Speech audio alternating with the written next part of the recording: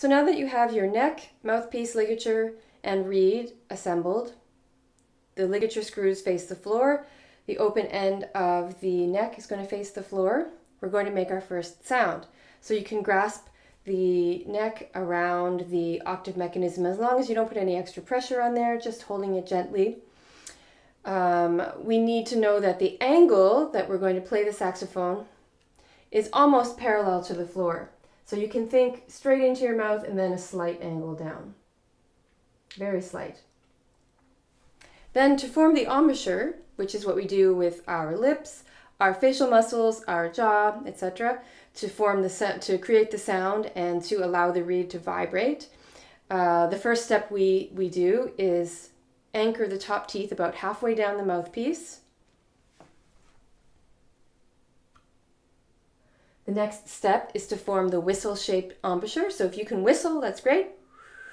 I'm not a great whistler, but I can make the shape. And then the third step will be to make sure that your bottom lip is over your bottom teeth. So first, top teeth on the mouthpiece about halfway down. Whistle shape, bottom lip over bottom teeth.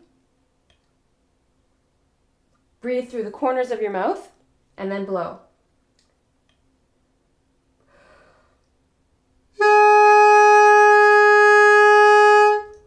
And I'll do it again. So top teeth about halfway down.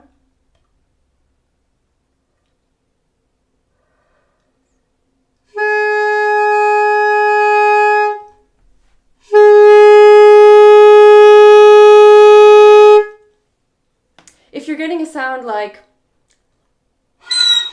or something like that, that usually means you have too much mouthpiece in your mouth and you're pressing up against the reed right here at the bottom part. It also usually means that the lips are not firm enough. So make sure that you're only about halfway down, or you'll get those kinds of sounds. If you're getting this kind of sound, you can tell that I'm not getting the air through. I'm closing it off too much right at the tip, so I'm not allowing the reed to vibrate. So again, making sure teeth and lips are about halfway down. Here's incorrect. Ooh, and here's also incorrect. Here is correct now.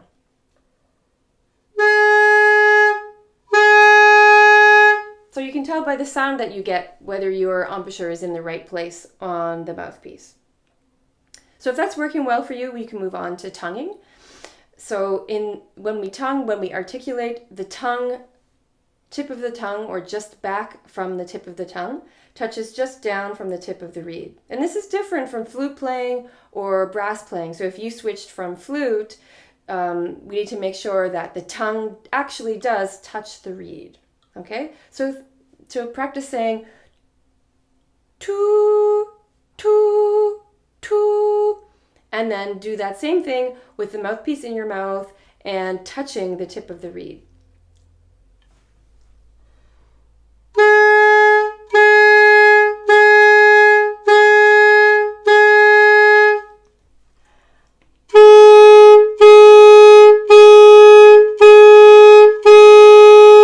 You can even do it faster. Toot, toot, toot, toot, toot.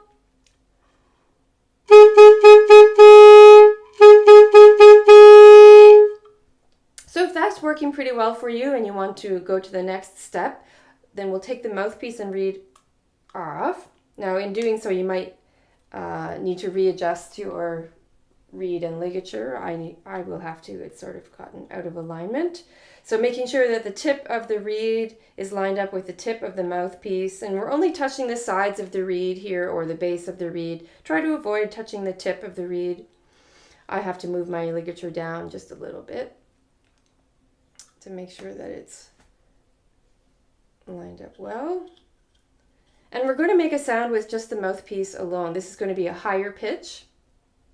The pitch you got with the neck and mouthpiece was about an A flat.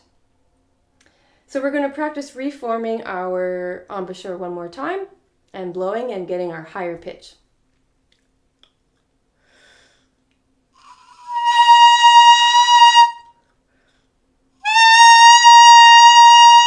And we can practice tonguing as well. Too.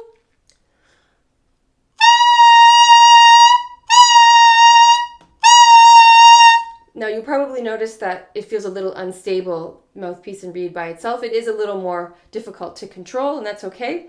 With time, it'll be easier to control. And then we usually try and do something called a siren.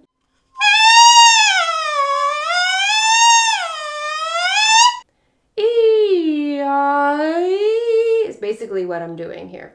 So that's something to work towards to develop flexibility once you have your embouchure pretty stable. And for one last little trick before you go, and before we practice assembling our mouthpiece, neck, and instrument, we can do the slide whistle. So we'll form our embouchure one last time and get our pinkies ready.